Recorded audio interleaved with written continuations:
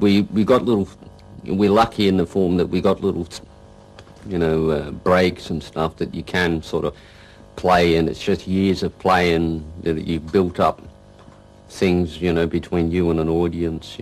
You get, and I suppose in from the early days picking up things, you would watch when I would watch somebody like Chuck Berry or something, he would always, especially if he was singing, he always had little raps that he had going with an audience, he'd go, "Hello," and the audience go, "Hello," and you go, "Hello," and they go, "Hello," and he had all of that.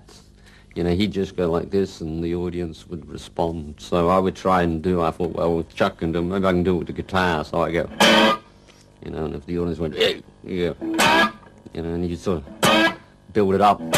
So you get like,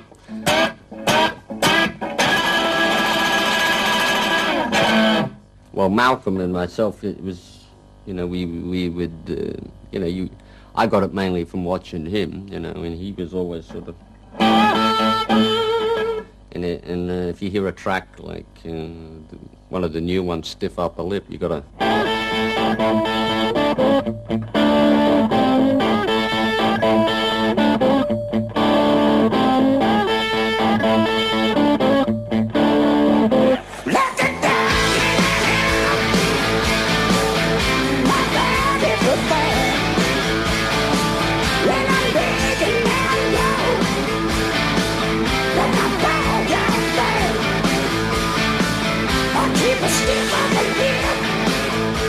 as a kid, I would sit and I thought it was so clever. You see, I thought, well, I could sit and knock these little things together, and you were thinking it was, it was a good exercise for you, and you could sort of practice away with them. And then even in the track Thunderstruck, when it was the same thing. It'd come up like a, it started like a one-handed,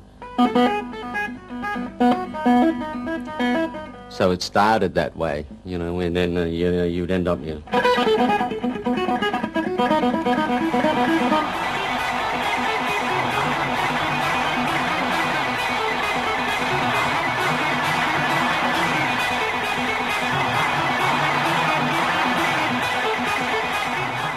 We used to have a funny thing. It used to seem after 6 o'clock at night when the sun went down, or whatever time the sun would go down, there's when suddenly there's, it's a bit vampire-y in a way.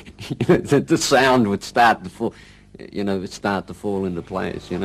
What sounded like, a shambles in the morning sounded like something very together at night.